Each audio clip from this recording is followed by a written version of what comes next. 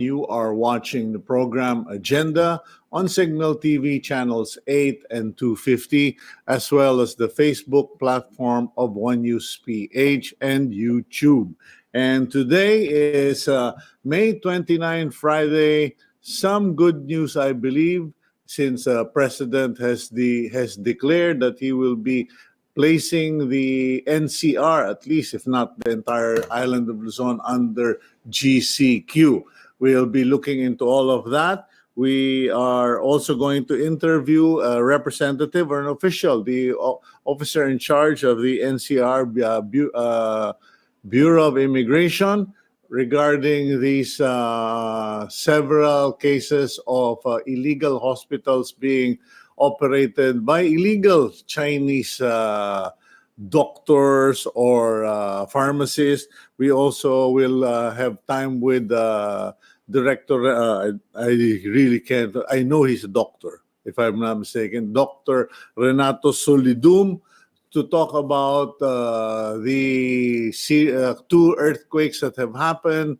And I don't want to scare you, but it's beginning to sound biblical. Now we have a plague or we have a pandemic. Now we're having earthquakes. But the reason we're going to speak with Dr. Solidum is just to bring attention to the fact that we've had earthquakes and what should people be concerned about, because we may be too overly focused on COVID-19. And if the big one actually happens, we've all been talking about the big earthquake that's overdue for over 100 years as well. What can we expect? What is our status of preparedness or state of preparedness for an earthquake, whether it's the big one or it's a major one? Of course, we will also be interviewing a member of Congress regarding the shift back to the GCQ, particularly in terms of mobility, because that seems to be the problem, mobility. Right now, there are a lot of images on Facebook showing how EDSA looks more like a normal pre-COVID day than a time of quarantine, because the roads are just packed with cars. In any case, let's go on with the program. First up, let's read the headlines from the front page of the Philippine Star. It's official. President Rodrigo Duterte declares that Metro Manila and other Luzon provinces will be under General Community Quarantine or GCQ starting June 1st on Monday. Aside from the National Capital Region, the areas that will be shifting to GCQ are Cagayan Valley, Central Luzon, the provinces of Cavite, Laguna, Batangas, Quezon, Pangasinan, Albay, and the city of Davao. The rest of the country will be placed under modified GCQ. In his speech aired last night, President Duterte said that he was not happy to put Filipinos in this situation, but he explains that the government is making this decision only because the interest of the nation demands for it. I suppose the president is referring to the economic concerns of many sectors. But just as we are transitioning to GCQ, the Health Department records the highest number of new COVID-19 cases in one day. Yesterday, 539 new cases were tallied, higher than the previous peak last March 31st, when 538 cases were posted in a single day. The Health Department, or DOH, attributes the increase in cases to the government's increased testing capacity. The agency has had its hands full as it continues to address the huge backlog in COVID-19 tests. Still news related to the pandemic. Over 300 hospitals are on the verge of closure due to the impact of COVID-19. The Private Hospitals Association of the Philippines Incorporated, or PHAPI, has 744 members and its president, Rustico Jimenez, says that about half of these members are about to close due to several factors. One, fewer patients are going to the hospitals even in non-COVID facilities, all due to the fear of contracting the virus. Number two, and perhaps more importantly, Jimenez says, PhilHealth has not been paying the hospitals on time.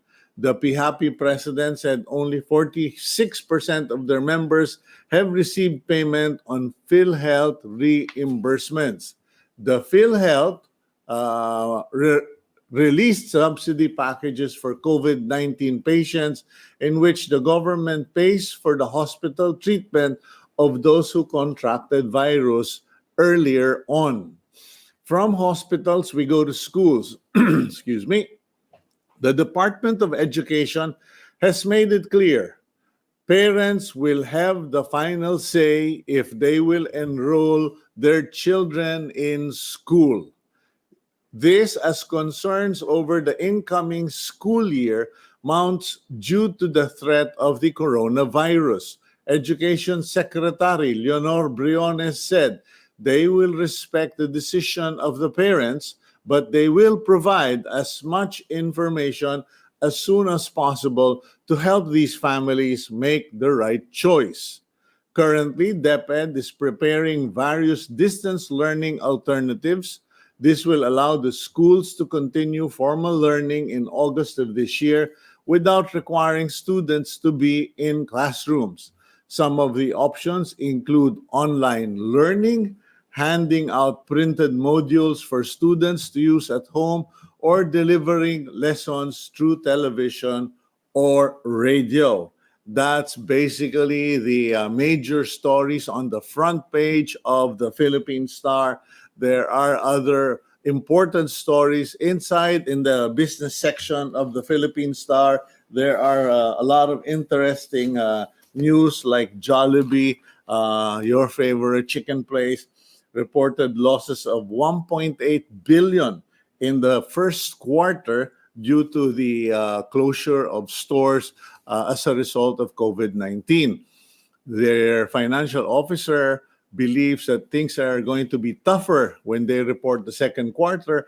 However, the good news is that their financials, or the way they manage their money, their investments, their profits, is quite strong, that they believe that by the year end, things would be much more positive than expected. Okay. And of course, we will go to other news items later in the day. But for now, let's try and see if we can get our resource person from the Bureau of Immigration. And we're not just going to talk to him about illegal aliens. We are actually going to focus a lot on this concern of foreigners, expats who are doing business, living in the Philippines, wanting to leave the Philippines, and their families stranded here in Manila or located in Manila while they are locked outside. Okay, let's try to get in touch with the Acting Chief, Bureau of Immigration National Operations Center, Melvin Mabulac. Melvin, good morning to you, sir. Good morning, sir. Sir Cito, at sa lahat po ng nanonood. Okay, Melvin, first question, first up, I'd like to find out what is the situation of, well, first of all, in your case, how has COVID-19 affected you personally? Are you working from home or nahuli lang kita habang palabas ka ng bahay? Yes, that's right. Basically ngayon, araw-araw po akong pumapasok sa opisina at we have to understand, though mayroon tayo ngayong, this is a COVID-19, parang new normal tayo, pero still our immigration officers at the airport, sa seaport, tuloy-tuloy po yung trabaho because people who are entering the country via plane or by vessel, sea vessel, tayo po ay kasama sa pag-proseso ng kanilang mga travel documents. And we are actually frontliners. We are at the airport. We are also risking our life as well sa health natin kasi alam po natin doon sa darating marami po tayong na-record na kung saan tinitingnan po natin yung kanilang mga health ng kanilang yung kanilang mga health status kasi andoon yung Bureau of Quarantine at the same time yung sa airport din. Okay, so you're not just processing tourists or foreigners coming into the Philippines, you're also, of course, processing the documentation and status of returning Filipinos. Is it safe to say na walang lumalabas o nakakalabas na Filipino for the time being? Sir, mayroon naman po, pero these are Filipinos who are permanent resident in other countries. O di kaya sila ay worker na kung binigyan sila ng Overseas Employment Certificate ng ating POA. Pero wala na po tayo masyadong na-record dyan. More tayo sa mga papalabas ng mga Filipino na permanent resident in other countries at doon na ninirahan. Still holding Philippine passport. And of course, there are those what you call it, OFWs. You've processed about 24,000 recently, and now you have to process about 62,000 as projected. Is that correct? Yes, sir. Yes, sir. We are expecting that, sir. Okay, now when word got out that we were going to interview someone from the Bureau of Immigration, medyo na-divert yung aming attention because there's been a number of questions sent in by foreigners or shared by foreigners, especially on Facebook. And here are some of the concerns. Foreigners with valid working visas in the Philippines, when are they allowed back? As of now, wala pa po tayong directive kung kailan ma-release. Kasi ang pinapayagan lang po natin ng mga foreign national na papasok dito ay ang mga foreign nationals na may asawang Filipino. O di kaya sila po ay, they are members of the diplomatic corps na pumapasok sa atin. Tapos mga crew ng mga air vessel or sea vessel. Yan po ang inaalaw natin. Okay, foreign nationals with valid documents married to Filipino nationals. Now, clarify natin to, do they need to be accompanied by their spouse returning to the Philippines, or can they return? Kasi yung iba naman, yung families nila, their families are in the Philippines, they're the ones who got stranded outside on business. Can they return unaccompanied by the spouse if the spouse is in Manila? Yes, sir. They can be allowed. They are allowed to enter. They'll be admitted provided that they can prove na ang asawa nila ay Filipino. That's why they need to present documents. Okay, so maski na email copy, photocopy of the marriage certificate, etc., or proof in the passports, I suppose. Now, upon arrival in Manila, what process do they undergo? Opo. Sa atin po, pag dumating, if the foreigner enters and be admitted into the country, basically they have first to go through the health inspection by the Bureau of Quarantine. And that's only after the Bureau of Quarantine's inspection. At pag na-clear na sila, that's the time they will be processed. They will be conduct of the arrival formalities by the Bureau of Immigration. And that's the time pag natapos na po yan, I don't know on the part sa Bureau of Quarantine, basically alam ko sila ay mag-undergo pa rin ng quarantine for several days to wait for the result ng kanilang testing. But on the part of the Bureau of Immigration, if they are compliant with the Bureau of Immigration requirement as of now, they will be admitted. So, your work stops at the airport, Melvin. Is that correct? Yes, sir. Yes, sir. Okay, kasi nililinaw ko lang because there are foreigners who are asking, okay, when we arrive, okay, you go through immigration, you go through Bureau of Quarantine processing. After that, you go through the Bureau of Immigration documentation. And then, who do you get transferred or turned over to for this quarantine? Bureau of Quarantine pa rin. Basically, mayroon tayong one-stop shop doon sa airport. Monitored po sila ang proseso. Mayroon po tayong doon mga taga-Bureau of Quarantine din. Okay. So then they will be brought to a hotel of their choice or upon designation, availability assigned by the one-stop shop. So they have the choice kung sila ay they have the choice kung sila ay they wish to stay sa hotel, but basically that's already under the jurisdiction ng Bureau of Quarantine. O Bureau of Quarantine. Pasensya ka na, medyo ina-extend ko yung ano mo, pananagutan mo this morning. You know, I still have to find where the office of the Bureau of Quarantine is, Melvin. Honestly, they need more publicity, and we will pick up on that. But in any case, how about retirement visa holders or those who own businesses here? Yes, so ang retirement visa di fall under non-immigrant special non-immigrant visa. Still, Okay. we are not allowed to enter for now. We have to understand this is force majeure, this beyond human control sa nangyayari. But sa atin, ang naging direktiba, yung mga special non-immigrant visa, mga certain na mga visas na in-issue, hindi pa sila pwedeng pumasok sa atin.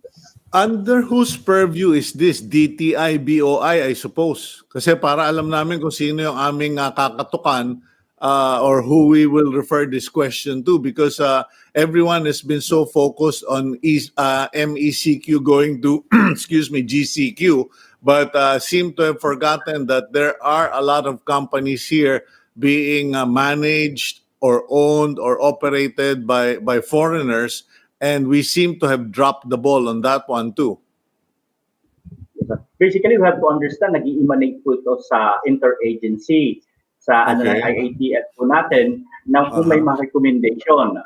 Alam naman natin, may mga members din yung mga iba't ibang agency sa atin na kailangan din kung may mga recommendation sila, but titingnan natin, it's more focused sa atin sa health issue ng mga tao. Kaya dinidinig natin kung ano ang recommendation nila sa interagency natin. Yeah. Okay. So we will refer it to the interagency, Melvin, because lampas-lampasan na yan sa Bureau of Immigration. Now, what about those who have been placed in quarantine? Ano ba ang status? Because the Filipinos, the OFWs are saying, inabot sila ng isang buwan.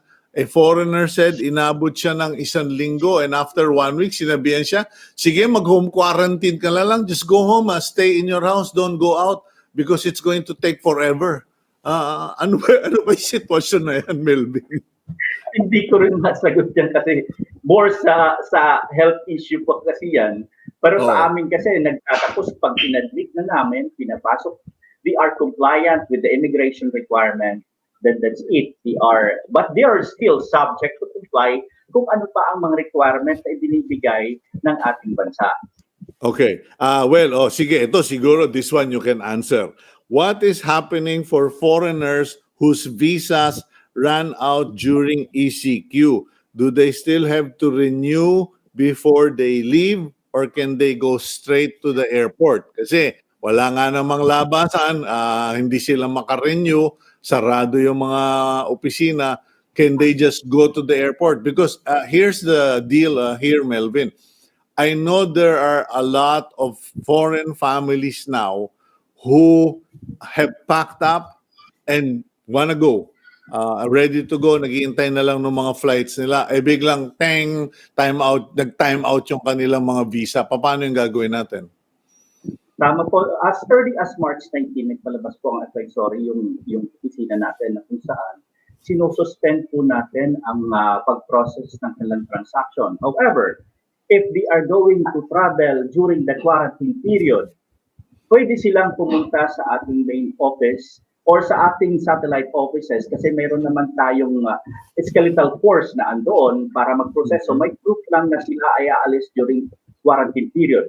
But pwede nilang gawin din yan sa airport provided as their stay here as temporary visitor is less than a year.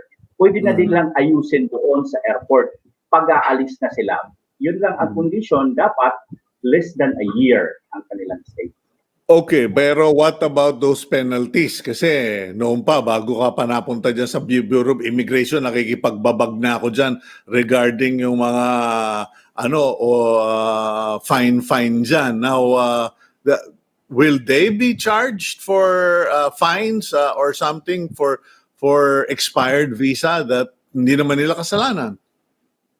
Ang rename po natin, meron sa advisory natin, rename natin ang fees and penalty na na-link ang kanilang aayos at pag-update ng kanilang status.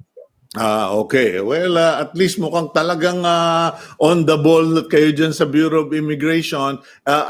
Is there any other special announcement you would like to extend to our foreign visitors or investors or expats in Manila that may be forthcoming from the BI? You might as well share it now. Yes, sir. Pumapasok po tayo sa new normal and we prepared that as well. Mayroon tayong lalabas tayo ng advisory pertaining sa kung ano ang social distancing, sa sanitation at how we apply. We are going to launch as well the online appointment sa ating magpupunta sa ating opisina kasi we are trying to avoid na dadagsa ang maraming tao doon sa ating opisina and baka magkaroon pa tayo ng COVID cases dahil dyan. Kaya we are preparing for that sa new normal. Sir. Okay, so you will have online appointment, online application, processing, etc. So that's good. Sana maalis na rin yung mga human contact with fixers and lawyers. I know wala namang fixer inside BI, pero maraming mga fixer and lawyering sa labas ng BI. In any case, let's shift to the other topic that I honestly have been watching, monitoring, which is a cause for serious concern. Yung mga illegal hospitals being operated by illegal aliens or unlicensed individuals. I know that the PNP has been on the front line of this. Where is the Bureau of Immigration in the matter? Kasi medyo pasensya ka na, no? Alam mo naman, kakampi ninyo ko. Kanya lang nagtaka ako parang bakit nagkailangan pang mag-issue si DOJ Secretary ng order to the BI na to act on this. Sabi ko parang, hello, nahuli ba si Secretary or nahuli ba yung BI? Hello, sir. Actually, hindi naman huli. Nang nangyari dan kaagad-agad, even last week, nagpadala kaagad kami, may coordination na kami sa CITV Retreat. Nabigla lang kami kasi hindi nila, pinakawalan nila. We don't know what really transpired. But nakuha na namin yung mga detalye at information ng mga tao. At kaagad-agad, as early as last week, wala pang ina-announce yung direktiba ang ating Secretary of Justice. Nag-recommend na for the cancellation ng visa ng mga tao dahil ito ay violation sa condition sa kanilang immigration status ngayon. They are, basically may visa sila dito, pero may violation sa condition. Kaya isinama yan sa mga recommendation para i-cancel yung kanilang visa at ma-charge sila ng deportation fee. You know, that's not the first time that we've had such an incident in that place in Clark. And are you guys planning to do something about this? Kasi parang every year or every other year, kailangan ninyo mang-raid dyan sa Fontana na yan. And then you keep having to arrest these illegal aliens operating there. Yes, sir. Mayroon naman tayo talagang naglagay kaya nga last year naglagay yung parang nilagyan natin ng mga intelligence officer talaga sa bawat region natin na magmamanman at magmomonitor sa mga areas na sa buong Pilipinas. Considering na napakahirap talaga na manmanan ang bawat galaw ng mga foreign national na pumapasok. We have to understand na pag pumasok isang foreign national, sila lahat ay subject hindi lang sa batas ng Bureau of Immigration, pero sa batas ng Pilipinas. Ang violation na nagawa nila is not necessarily an immigration violation lang, pero may violation sila, kaya nga may violation sila sa FDA, sa DOH natin, kasi they are practicing without license na wala naman. Ibig sabihin, ang violation nila, ang dapat sundin nila, hindi lang sa batas ng immigration, batas din ng ating bansa na titingnan hindi lang ng immigration pero bawat isa na law enforcement agency sa ating bansa. We're very grateful to the PNP na ganun din ang ginagawa. Kaya we have a very close coordination with the PNP. Well, apparently this is not an isolated case because 1 week later or 2 weeks later, the PNP also busted an illegal hospital here in Makati in Barangay San Antonio. Nakalocate pa nga sa isang building na new something spa. Now, in terms of intelligence gathering and kayo ba, wala ba kayong intelligence funds? Kasi parang parang mas madaling magbigay na lang. The president loves putting up bounties and rewards. Bakit hindi na lang kayo magbigay ng bounty and reward so you can catch all the illegal pogos and the illegal clinics and illegal hospitals? Kasi I'm sorry, Melvin, I don't want to sound like I'm anti-Chinese, but I'm not anti-Chinese. I am anti illegal operators and natatakot tayo because of COVID-19. Wouldn't it be simpler for you guys to put up a hotline and a reward system para mahuli ang mga yan? Mayroon naman tayong hotline na pwede nilang tawagan. At the same time, mayroon tayong mga nare-receive na mga email complaints or information even sa social media. At kaagad po yan, ini-endorse natin sa intelligence division. Kaya kung titignan po natin, marami po tayong mga na-raid, na huli, na ang information ay nagmula sa mga tao na ibinigay through our social media or sa hotline na sa una bine-verify po ng ating intelligence division. Yun po talaga ang ginagawa ko. Okay, Melvin, what's going to happen? Kasi sa dyaryo kanina, I read that you basically, or the BI, basically placed those 2 suspects in Pampanga under the watch list. But from what I understand, the Bureau of Immigration's procedure, if a foreigner violates Philippine laws, he is already in violation of immigration laws, and therefore you can immediately arrest that foreigner and detain those foreigners. Yes po, ang nagka-problema lang po natin sa Pampanga, hindi po na turn over kaagad, kaya we need to check kung asan po. Unlike po ngayon sa Makati, mayroon na po kaming coordination at nag-endorse na po kami ng letter na kung saan kung after nila mapailan o matapos ang kaso nila, pwede na nilang i-turn over sa Bureau of Immigration. We're expecting actually na nung nangyari doon sa Pampanga na mato-turn over namin, pero hindi naman nangyari, but for now, we are still in coordination sa PNP na after, just like sa Makati ngayon, kung matapos na yung kanilang case doon, pwede na ma-endorse. Well, heads up lang, Melvin, kasi lumalabas na yung allegations na may nang-arbor that some powerful person or politician or businessman basically asked that those 2 suspects be turned over to their mother company for I don't know, pang safekeeping or something. Pero parang mali yata yun. And are you going to demand that they surrender or be turned over to the BI? We're going to coordinate with the legal division namin kasi may mga legal implications. We don't know kung I could not comment on that kung paano baka may mga legal implication. But basically, that's one of the actions na ginagawa ng intelligence division natin ngayon. Okay, well, in any case, at least may na-clarify natin yan because we also want to make sure na naintindihan ng tao yung situation ng Bureau of Immigration and that things are being acted upon. In any case, thank you very much, Melvin, and please give our regards to the Commissioner, to Dana. Nanganak na ba si Dana? Yes po, babae po yung anak. Okay, congratulations. Lahat kayo magiging ninong.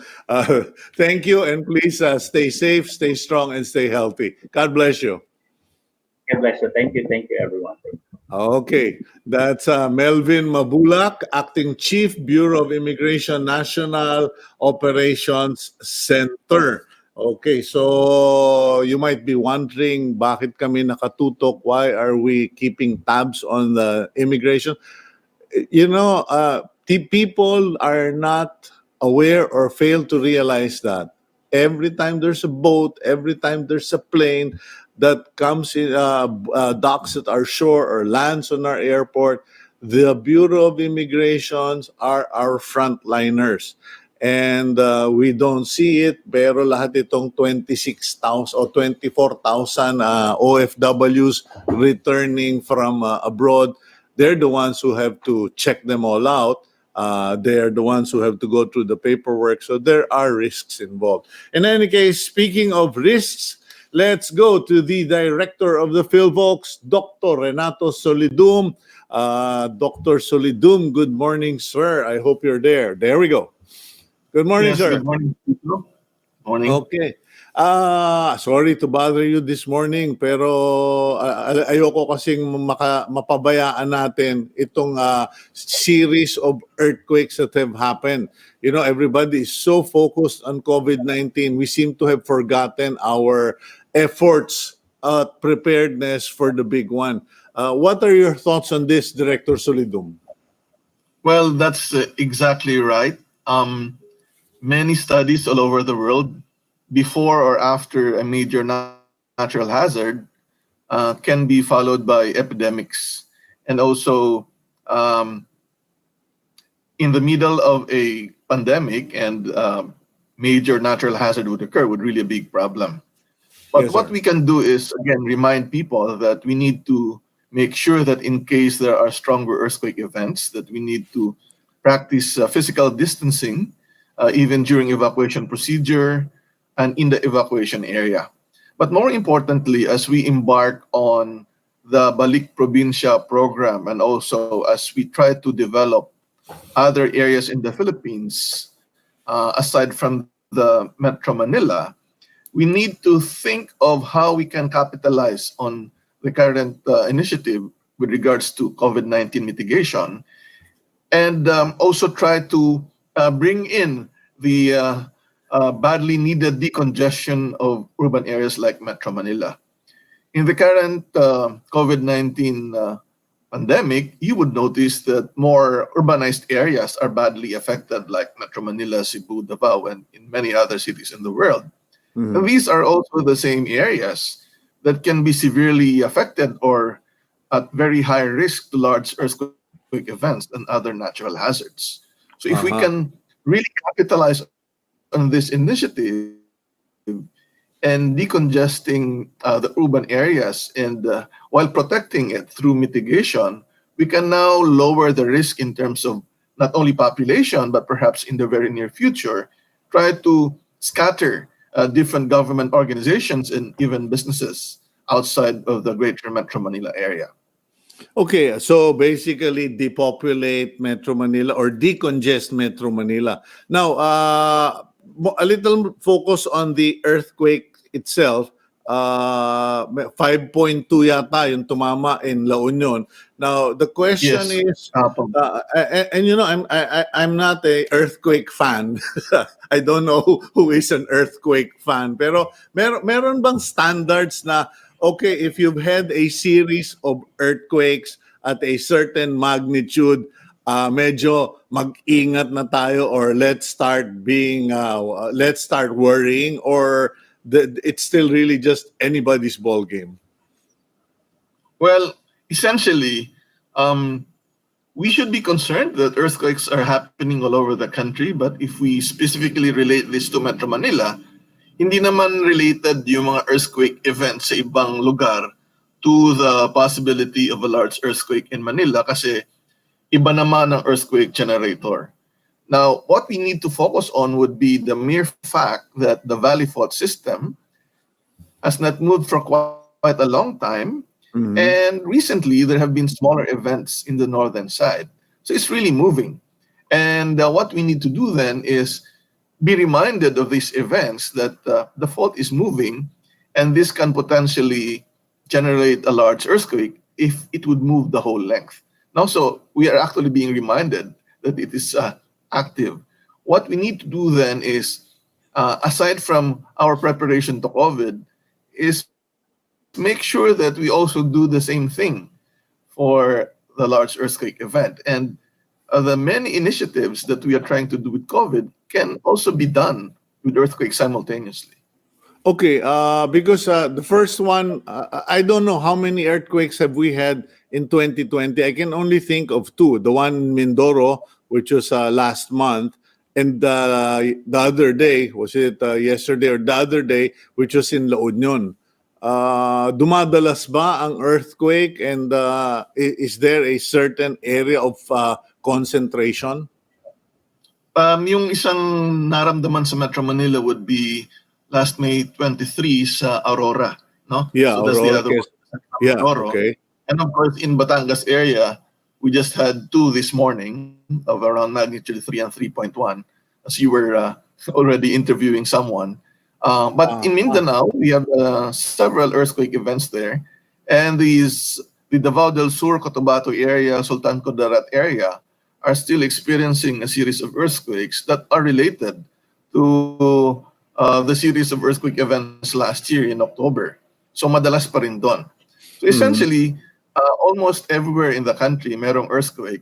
So tama ka rin naman na pwedeng anywhere the earthquake can happen, except possibly for Palawan. But going back to Metro Manila, this is the real problem. Okay. Kasi talagang the more people you have, the more building you have, the risk will be quite high.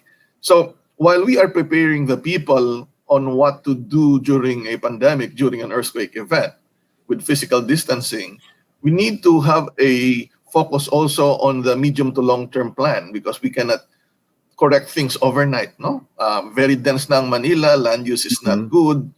So we need to do this while preparing for COVID mitigation in the future, the new normal. We have to be combining this with the preparedness for other major natural hazards. You said the magic word, which is what started me on this request for an interview with you, the structures that are being put up. Medyo ngayon biglang naglabasan. There are so many people who are putting up their construction sites, etc., buildings, etc. Now, I would imagine that when it comes to the build program of the Philippines, of the government, there are specialists monitoring the safety and the standards. What I'm worried about are local government constructions. I mean, not by the government, but yung mga buildings that are being constructed by private groups. Is there cause for sleepless nights? Because I think it was 2 months ago when a certain commercial building in Makati saw the facade, crashing into the street, and I was saying, bago yan ha, that's brand new, that is supposed to be a modern thing, and suddenly the entire face or the portion of the facade fell. Are you worried about this kind of situations? Yes, I'm kind of worried. We have seen that in the earthquake last year in Cotabato area, Davao del Sur, and even in Davao City. If you remember, there were like condominium that were built, and these suffered structurally. And the main issue at the local level would be how strict is the monitoring and implementation of the design standards for all of these buildings. We also need to worry about, at the local level, the hollow blocks that are being used actually may not be up to standards. We have discovered that in many places in Mindanao. So if we don't really implement the design in terms of the workmanship, then perhaps we will see many buildings being affected by a strong earthquake event. Meron din kasing issue on how engineers would design the buildings. They consider the performance-based design, and sometimes there's a leeway in in a way when they can actually withstand an earthquake, but certain things can actually be affected. As long as the building does not collapse, that is okay by law. There might be some parts of the building that might suffer damage, but not structurally. But in a sense, the building will not be useful anymore after a major event. So ganun yung current design, no? So again, to remedy that kind of issue, talaga dapat stricto ang pagbabantay sa local level. But unfortunately, Cito, pagdating sa mga high-rise structures or mid-rise structures, konti lang naman talagang expert from the city or local government level that can evaluate that. So magre-rely sila ngayon sa private third party. And in the Philippines, we don't have a third party company that the sole job is just to make sure that buildings that are being constructed would really comply with the standards. Sa Turkey, for example, companies have been organized just to do the monitoring independently. Kasi nga, pagdating sa matataas na building, konti ang may expertise dyan, so kailangan mo specialist to do that. Yeah, in fact, that's what I wanted to ask from you. Hindi pa ba nagbubuo? Has the government not formed a committee, a task force, or has Congress not done something to make sure that there are requirements for testing, inspection, etc.? Kasi tayuan ng tayuan. There's so many independent contractors, constructions, etc. And when I watch some of them, I'm telling you, because I've been in construction, I work here and abroad in construction, actual construction. And when I compare the practices here and there, I am saying to myself, God help Metro Manila in the next major earthquake because 50% might get leveled. Ikaw ba, sir, anong prediction mo if we get a major earthquake, how many percent will survive it? Well, in terms of the study that we have conducted in 2004 and 2013, well, essentially, if we look at the range, for the low-rise buildings, we think of around 13% that will be heavily affected or damaged, and this would include collapse. Mid-rise buildings up to 30 stories would be around 8 to 11%. And the very high-rise might be less than that, maybe 2 to 3%. But what needs to be done, though, is because of the rapid pace of construction, not every building can be monitored by the local government. So in Congress, there's a current bill, the New Building Act, that needs to look at how we can actually really implement things well. In fact, in the cabinet meetings that I have presented this issue, there are many directives for DILG and even DTI and of course DPWH to look at this. But I think if we cannot have a group that will just monitor buildings, not only looking at the design, but also monitor during construction, then we will still see some problems. Ang problema kasi sa ngayon, magbibigay ng design, i-approve, tapos i-approve sa dulo yung permit to occupy. Pero during the phase where you're actually constructing the building, walang nagbabantay. Yeah, in fact, just the kind of cement, the quality of cement, the quality of steel bars that are used, plus the duration of curing, maraming tao hindi naintindihan yan. In fact, many contractors or builders use chemicals to fast-track the curing of concrete without realizing that when you do that, wrong use of those curing agents could make the material very brittle. So, magpapatong-patong. So, you are saying in the event of a major earthquake, 8% of all low-rise buildings might end up being damaged. Probably will be around 13%. Oh, 13%. And then 8 for mid-rise and 2% 8 to for high. 11%. Yeah. So essentially, the reason why that's the result is simply because with time, more engineering knowledge and more materials are being developed, which are supposed to be better. So the higher the structure now, there is the support of new Yeah. technology and research. But also in the low-rise buildings or even one-story houses, there are many non-engineered buildings as well. And simply because our earthquake generators are near to the urban areas, the seismic wave that will affect these nearby areas will be of higher frequency. And these higher frequency events would tend to shake more the lighter, meaning shorter buildings. Okay. My last question, Director Solidum, because evidently you, me, we can't meddle in the construction or monitor, supervise the construction. So it will have to be at the public safety level. For COVID-19, the government is saying wear mask, social distancing, and wash your hands. For this potential major earthquake, what is the minimum that the public must keep reminding themselves to do or to have, sir? Okay. Um, we are always saying that the better understanding of the risk, the more prepared you are if you know the problem. So Okay. essentially, um, uh, everyone needs to know how strong their houses or residential areas are for a strong earthquake. They have to make sure that things that might fall on them or that might topple inside the rooms will be anchored Mhm. properly. They need Yeah. to have their emergency bags ready.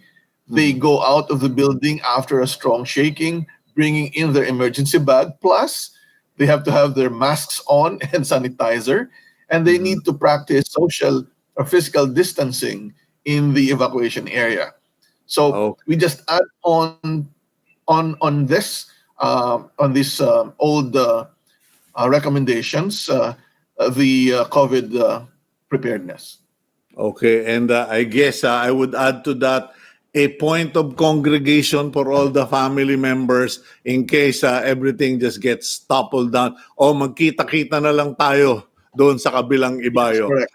Okay. Dapat Thank you talaga very merong point of contact and congregation. Thank you very much as well. Okay. Thank you very much, Director Solidum. Please stay strong, stay safe, stay healthy, and God bless you, sir.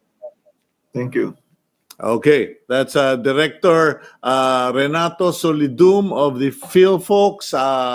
PHIVOLCS, and again, we are reminding you, if a major earthquake hits, sinabi na ni Director, there will be damage to many buildings, and you better assess your homes. Kasi medyo ninenervyos din ako. Dati sa Mindoro, sa Aurora, baka mamaya lumapit na, mamroblema tayo. Look at your house, check your cabinets. Are your cabinets secured? Nakaangkla ba yan sa pader, or baka tumbahan ka habang natutulog ka? It could fall on your head if earthquake happens. So now let's move to our next guest. We have with us a member of Congress, and we will ask him regarding the the GCQ.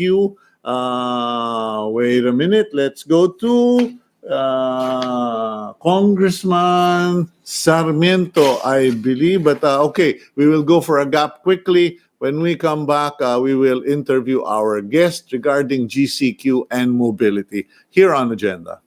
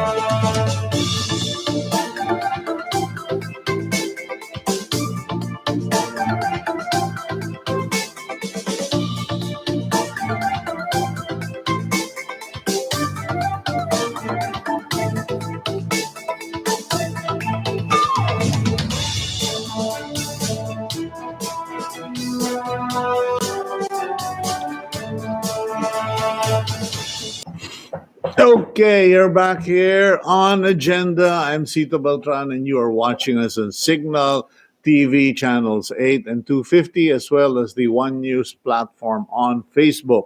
Okay, we have next Congressman Edgar Sarmiento, Committee Chairman of the House Committee on Transportation. Congressman Sarmiento, good morning po. Cito, good morning. Thank you for having me. Kamusta po kayo? Fine, and I hope it's same with you. How have you been? I'm okay. How have you been dealing with COVID-19? Still a lot of work or less work? Still a lot of work. So far, so good. We've been working online. Of course, it's what you call the new normal. However, for me, it's still abnormal. I still like the old way of doing things, really, Cito. Yeah. Well, are you locked down in Manila, or are you in your province, or where are you right now? Still in the province, but by Monday, I'll be flying to Manila. Okay. Well, good to know, because I want to really spend a few minutes trying to find out how every person is doing under this COVID-19. In any case, Congressman, you are the chairman for the Committee on Transportation. That's right, And Cito. it has transportation and mobility has become the argument for going back to with going back to GCQ. That's People right. are saying, okay, mag-GCQ ka nga, pero cannot go anywhere ka naman because wala ka ring masakyan, and projections are only about 30 to 40% of the workforce will actually be able to go to work or to travel. Well, we have around 1.7 million ridership in Manila. That's the combined number for rails and buses. However, we have to consider, Cito, that out of this number, we have to remove first ages 21 down, and of course, unproductive senior citizens that we have, si Lola at saka si Lola. No? So we're looking at the good number, the workforce that we want to mobilize come GCQ on Monday, in close coordination, of course, with the Department of Transportation. We have been trying to do something about public utility vehicles. To start with, of course, the railways, the buses. We are almost there. There was a statement last night by Secretary Artugadi on his on the meeting with the president. I hope you don't mind because many of us go to sleep early because we wake up early. So could you give us a glimmer of what Secretary Tugade announced last night, Congressman? As we agreed, Cito, I've been working closely with Secretary Artugade, but Yeah. coming from the executive and of course me from the legislative, I have to respect the statement first of the good secretary. Yeah. On his presentation to the president, if ever Metro Manila, of course, there's already that statement, will be downgraded to GCQ. All the sectors of transportation is now ready, from the aviation, land, maritime, and rail. We're now ready for GCQ. To start with trains, they have now simulated the minimum health requirements that we have, of course, from the physical distancing to the sanitation to the, of course, giving alcohols in the trains. But however, on the trains, we're just looking at that around maximum of around 20% ridership. Mhm. But to augment the train, this is specifically on EDSA, we have to use buses, and maybe this is what a lot of our constituents in Manila are serving right now, specifically in EDSA. You can see now barriers being placed on the road. This Yeah. is now in preparation for the system that will be introduced in EDSA. It's purely a carousel system, Cito. Yeah. From a high of 65 routes that that Metro Manila has, it was planned well by Department of Transportation, LTFRB, of course, MMDA, on how to do about GCQ and the physical distancing problem. Okay. Now, Kong, I hope you don't mind, no? Because I know you have to go by 9 o'clock. I want to ask one important question. Under yes, the new normal, whether it's from the congressional perspective or the executive perspective, there has been this talk na we are at a crossroad and we can decide now whether we are going to totally modernize transportation and mobility in the Philippines or retain the old normal, meaning yung mga jeepneys, yung mga UV Express, etc. What is the direction or what is the your thoughts regarding basically the phase out down ng mga jeepney, because I think many jeepney drivers are seeing the writing on the wall. there was a meeting relevant with I think 3 Saturdays ago with in a committee hearing, and there was a commitment, of course, CETA by LTFRB that jeepney is still part of the umbrella. However, we have to consider right now what is happening, and to have a better control on the contagion. The Department of Transportation, the Department of Health finds it better to utilize first the buses. Reason Uh-huh. why we have the rails and the buses, it's a hierarchy. We have the structure. Of course, we start with the rails, going to the buses. But in areas where there are no buses, of course, jeepneys will be fielded in, compliant, of course, to the requirement of IATF that all buses and jeepneys should be shielded and 50% capacity only.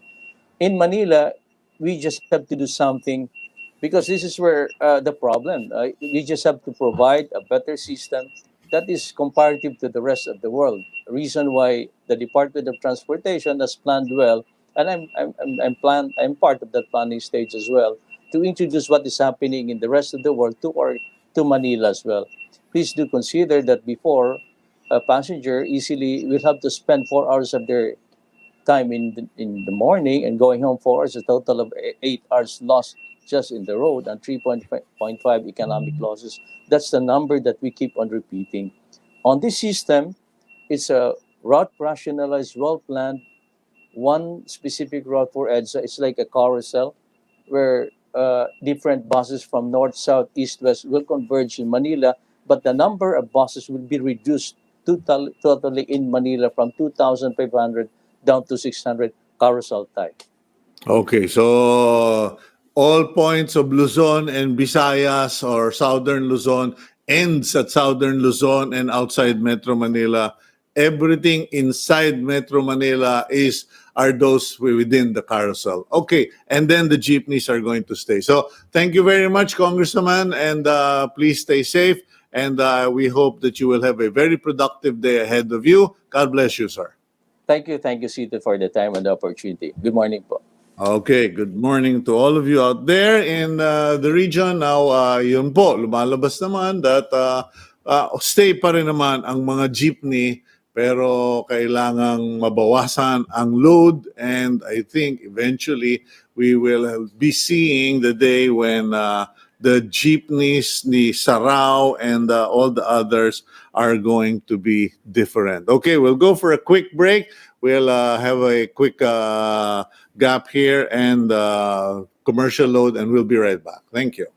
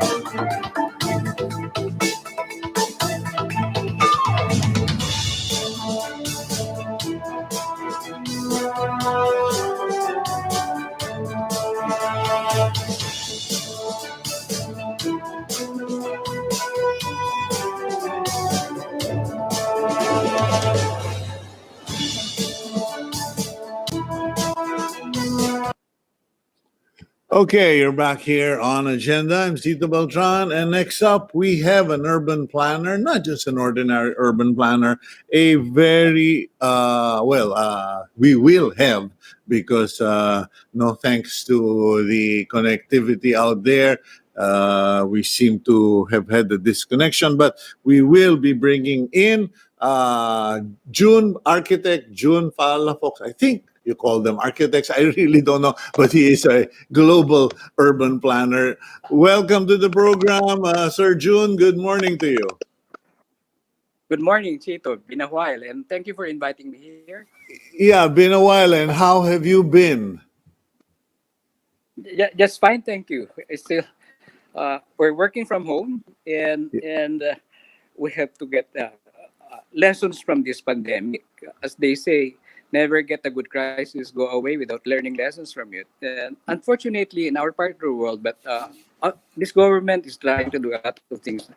Uh, we have we seem to have the habit of not implementing the best practices in the world, especially after crisis like hopefully this pandemic now, past earthquakes, past flooding, and so on.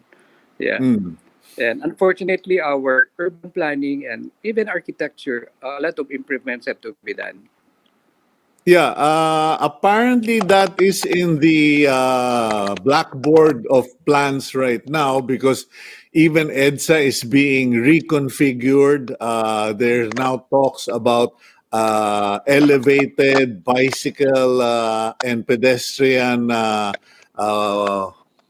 islands.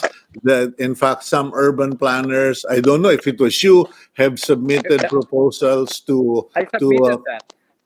oh, you're Elevated walkways and bicycle lanes because I think the rest of the world, especially progressive cities, there are yeah. 20 kinds of urban transport, and the first modes of transportation are walking and bicycles. then mass transit, public transit. Unfortunately, our infrastructure is automobile centric, and only 2% of Filipinos, I'm told, has cars. And 100% of us Filipinos are pedestrians. Once you leave your car, you're pedestrians. And our recommendations, which is Barlod in, we've done work in 40 countries. It's easier implemented our recommendations in other countries. Like the road right of way, one third should be trees and landscaping. One third for should be for bicycles and pedestrians, and only one third for the moving traffic lane. That's why for EDSA, it's so heavily trafficked with modern, more than 500,000 vehicles a day. So we propose elevated walkways, and even in congested streets.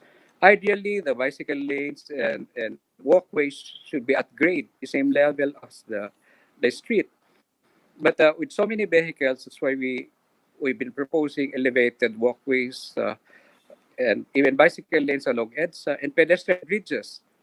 And pedestrian bridges are very practical because it's now faster to walk, let's say, from Mandaluyong to go to Makati rather than ride a car, or from Pasig to Fort Bonifacio rather than riding a car. So we really have to, in this new world, let's really look at more comprehensively our urban planning and development. Many students have been to my office and asked me what's wrong with Metro Manila so they can learn lessons from it, how not to do it. Students from Harvard, Milan, Germany, UCLA, among many others, even from Taiwan, from Japan, and from Singapore. Because if you superimpose, let's say, Metro Manila, you superimpose the best cities in the world, like Singapore, Paris, Tokyo, Boston, Washington, D.C., you can see the big difference. One of which is the lack of open spaces. Open spaces are the lungs of the city, and Yeah. they have been being sold and built on. And we need at least 10 hectares evacuation areas also within cities. With the social distancing, physical distancing now, maybe we need 40 hectares. Because for the evacuation areas, the calculation before was 1 to 2 square meters per person. Now you may need 4 to 6 square meters per person. And this pandemic also, we've been studying the, you can see the inequality. Like in the some of the gated communities in their homes, maybe 200 to 500 square meters per person. Among Yeah. the informal settlers, only 2 square meters per person. So housing, If they're renters lucky. are, yeah, if they're lucky. So Yeah. I think from this pandemic going to the new world order, we have listed 100 Yeah. recommendations. Yeah, but And Architect Palafox, I mean, you and I have been talking about this for over a decade, on and off, and right now the big change seems to be that we have a few mayors who are young, bright, and they're agents of change. Now, is there a possibility that we will be able to transform, like, let's say, Pasig or parts of Manila or San Juan into a city that follows what happened in Singapore? Kasi yun pa rin yung dream ko eh, that some local officials would adopt what Lee Kuan Yew did. He got a slum area, built it up, and now it's a beautiful residential district. yes, sir. You know, 19, because I had to pay back my scholarship grant in UP, I worked for Philippine government for 3 years. And I was team leader, senior planner for the Metro Plan, Metro Manila Transport Land Use and Development Project for Metro Manila. And during that time we were planning it, I was named hard to help plan Dubai. The plans for Metro Manila at that time was as good as the plans for Singapore, Hong Kong, Kuala Lumpur, because we work with the same international experts at the time. So lessons I've learned from Metro Plan Manila, I part of it, I use it to help plan cities in 39 other countries. So that's 4 decades ago. We identified areas that are liable to flooding, earthquake, and so on. And by the way, we wrote a book on Towards Resilient Cities Communities. Unfortunately, they are sold out, and there are 80 kinds of disasters. So in that book, basically is address the hazards before they become disasters, because it's 90% cheaper, less costly to address the hazards before they become disasters. So now is the time that I hope we can learn lessons learned from the best practices and unlearn the mistakes of Metro Manila. We've been fortunate enough to have won the master planning, urban planning of Clark, Pampanga, Megalopolis, and Metro Davao. In our recommendations put forward, the best practices in the world that could be adaptable, we put it forward. And talking about LGUs, I think 10% or mayors are very, very good. The 90%, they can be better. Okay. So, we're very fortunate the local Would it, boards will work with. yeah, They would it listen, be, there's a lot of participation.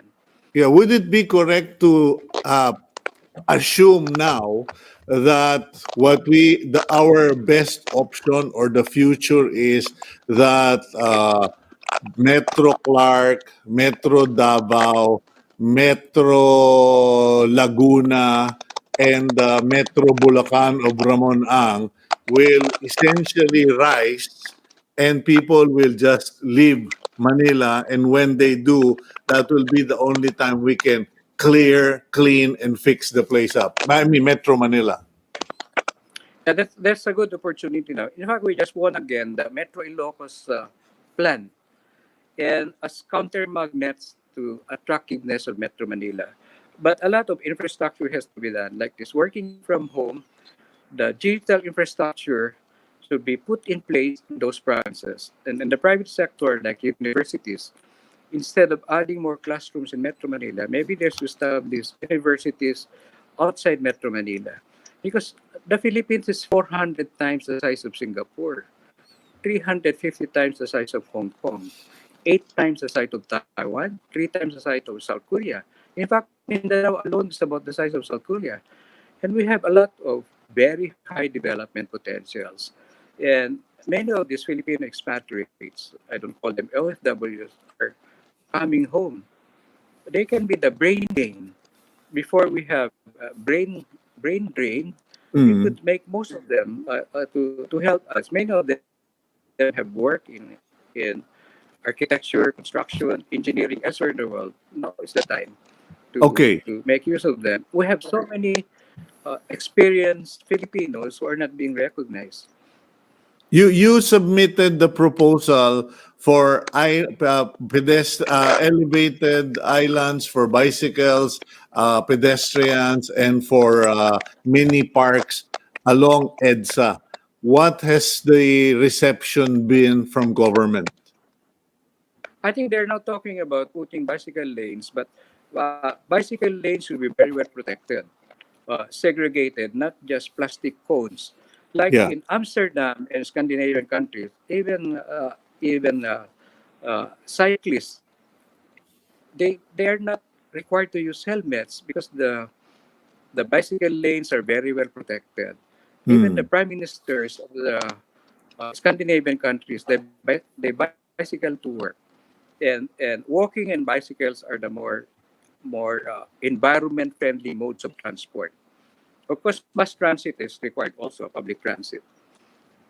Okay. So EDSA have many recommendations the past 4 decades, and like congestion charging, you must charge cars during the peak hours, so they postpone unnecessary trips. And Okay. they follow the recommendations in Dubai. Before you enter Dubai from the other Emirates, you must pay something like 50 pesos. Every time you cross the bridges of Dubai Creek, you pay about 50 pesos. And we have proposed that 1976, 1 year after they started implementing that in Singapore. So at least with this administration, there's political will, and we can go back to the previous planning initiatives like circumferential road number 6. That was Yeah. proposed in 1945. The What? subway was proposed in 1945 by the American Corps of Engineers before it became a Philippine Republic. And then the subway system was proposed in 1971 by the Japanese. The light rail transit, it was our team who proposed it, and we should have completed 8 lines by Well, 1992.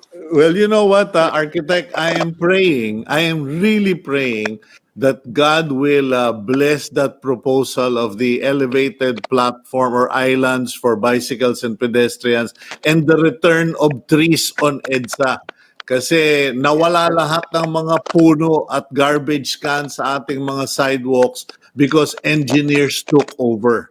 And I have nothing against engineers, but I think they completely missed the mark in terms of a logical and comprehensive planning or urban planning.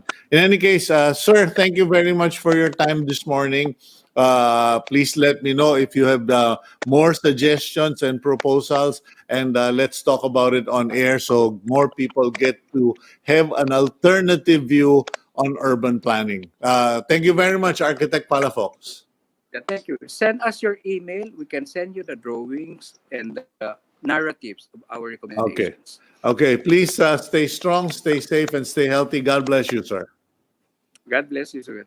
Thank you. Thank you very much. Okay, that's Architect June Palafox, and I have been talking to Architect Palafox since I started out in ABS-CBN in ANC, and it is sad but true that what he was saying is many of the current projects that are finally being done under the Duterte administration are projects that were initiated since 1945, 1971, etc., etc. So it remains to be seen, and I have nothing against engineers, but you know the sad fact is when things were being changed around Metro Manila, we took away garbage cans, so people just put it in plastic bags and left it on trees. And people have street cleaners. Street cleaners don't like spending all their day sweeping the leaves, so they start killing trees. And now only private villages or interior areas have trees, but the main roads halos inubos na ang mga puno. Okay, let's go to our next guest. We have with us Hennessy Lou Miranda, Director for Customer Experience and Engagement, Asian Hospital and Medical Center. Hennessy, good morning to you. Okay, kindly check your microphone, Hennessy. It's probably muted. Okay, because there you go, I think. Okay, let's try it again. Not yet there, not yet there. Check the volume or the microphone setting. Okay, because unfortunately, that's what's happening nowadays. We're all adjusting to all of that. Okay, now we will monitor once Hennessy is connected. That's work from home. Let's try Hennessy again. Okay, Hennessy, are we on? We still can't hear Hennessy, no audio. We will try it again. Yeah, we still have time. In any case, we are asking Hennessy to join us this morning because we would like to find out more about telemedicine because some people, well, I'll be honest. I mean, I need to go to my doctor for to have my checkup for my cardio checkup, and I'm just really reluctant to go. But on the other hand, I'm kind of wondering, does it make sense to do telemedicine if your problem has to do with the heart? I mean, ECGs and 2D echoes and what have you. Is it possible? What is the what is the protocol? I don't know. Let me check if Hennessy is back there. Is she okay? Hennessy, one more try, please. Talagang minamalas tayo, Hennessy. You can hear me, but I can't hear you. Can you go to the microphone setting, please? Okay, well, in any case, that's I was saying, because we've been getting a lot of feedback and people are wanting to go to see their doctors. I spoke to Dr. Sakilayon of was it Dr. Sakilayon? Yeah, I spoke to the director Lito of RMC, Rizal Medical Center, and he told me that they had cleaned out their emergency room, they'd sanitized everything, so they're more or less back to normal, and they've just basically isolated an area for COVID-19 possibilities. And some hospitals are still cleaning up, and some hospitals are not there yet. And patients, on the other hand, don't know what to do. They're scared. They're worried. And is it safe to go? Okay, we'll go for a quick gap, and when we return, we'll find out if we can connect with the Asian Hospital and Medical Center director here on Agenda.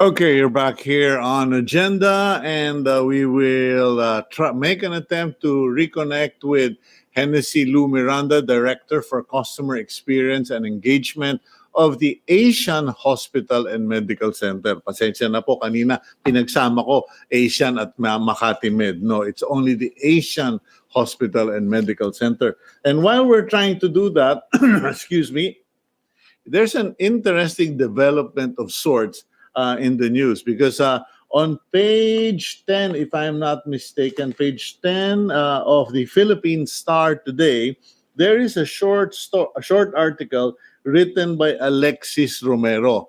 In essence, and I will put it, it is quoting presidential spokesperson Harry Roque, saying that government may tap ABS-CBN for distance learning.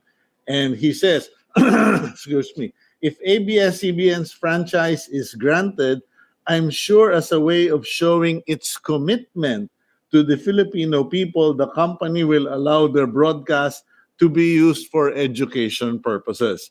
Now, it's an interesting development that story came out because in the business section of the Philippine Star today, Friday, May 29, there is the column of our good friend and fellow columnist and mentor, Mr. Bu Chanko, where he wrote on the online schooling. And part of that, he mentioned about what ABS-CBN has been doing for education. And I quote, "It need not have been that bad if they didn't abruptly force ABS-CBN to shut down. ABS-CBN is not just about Ang Probinsyano and Showtime. It is also about Knowledge Channel, one of the 5 channels of TV Plus.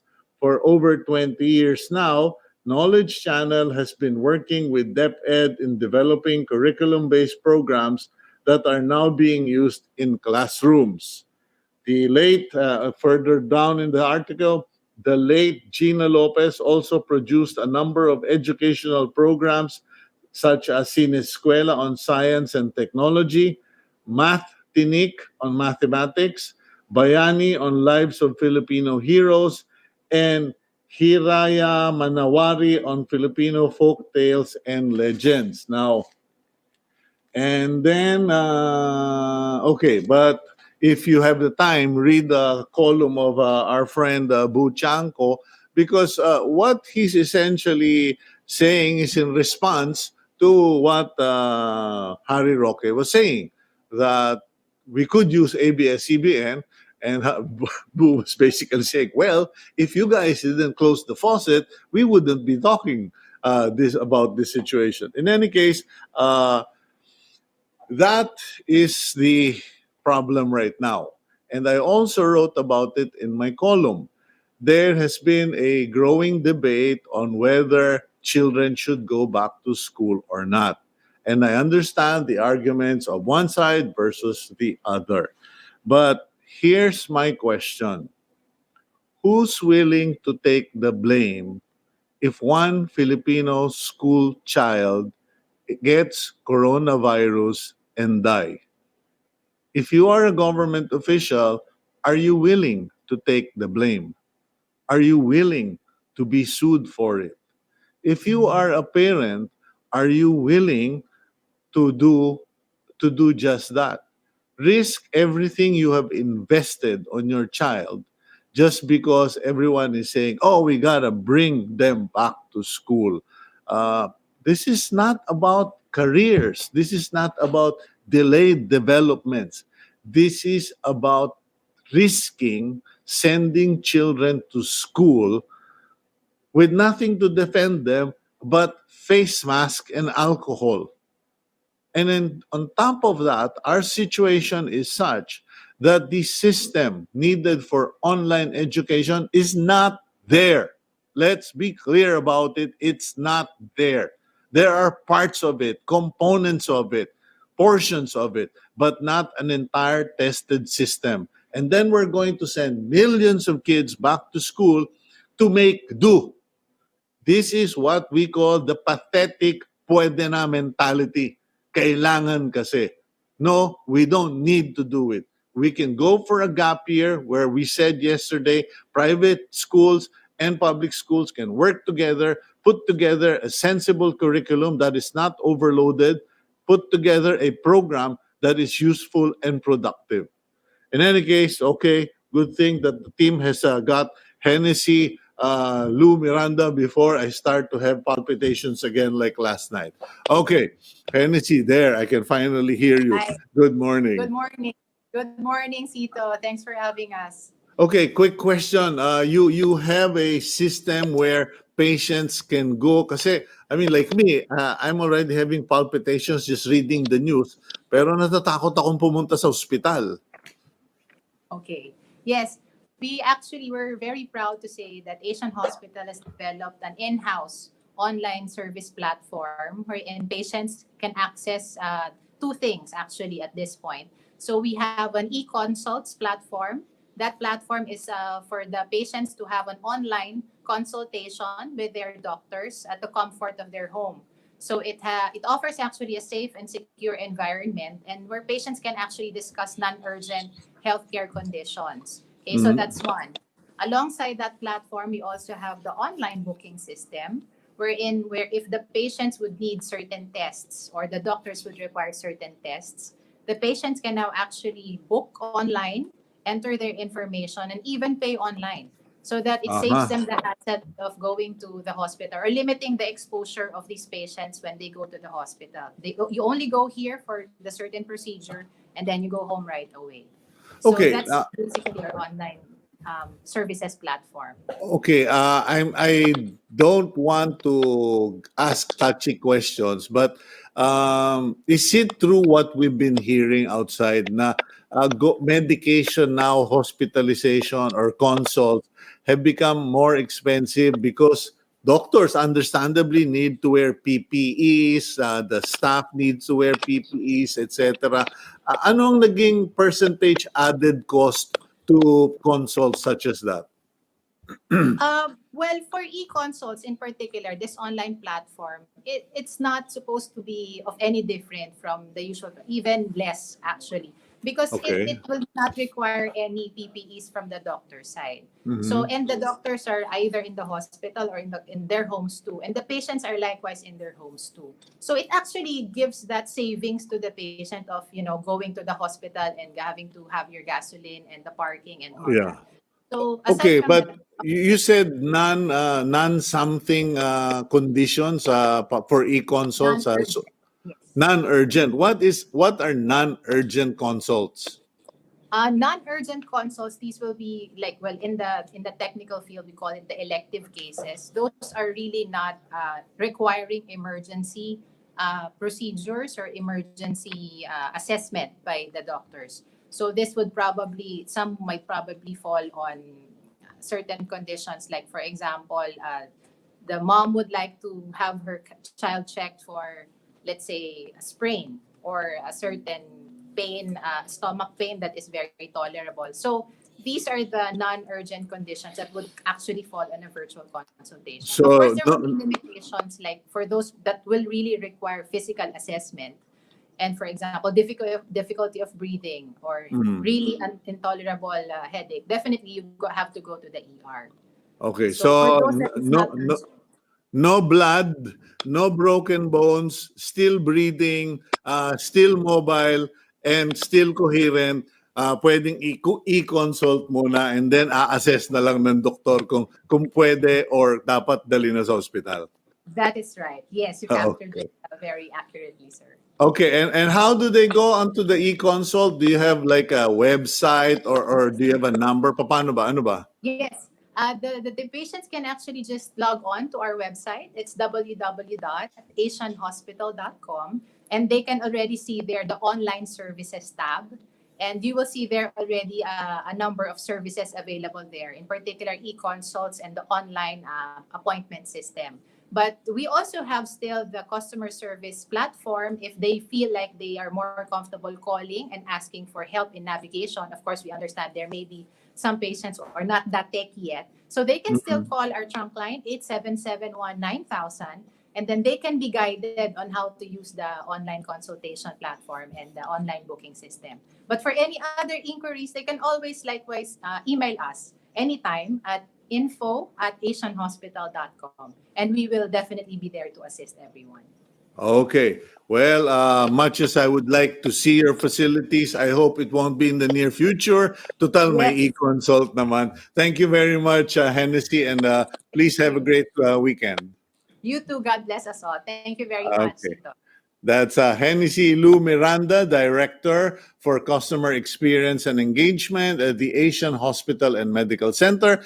And we have gone over time, and my apologies to management. This is Cito Beltran. You've just seen Agenda. Join us next week. God bless all of you. Stay safe, stay strong, stay healthy. And whatever you do, don't go crazy driving out there, because COVID is still out there and it's waiting for you if you are going to get reckless. Thank you and good day.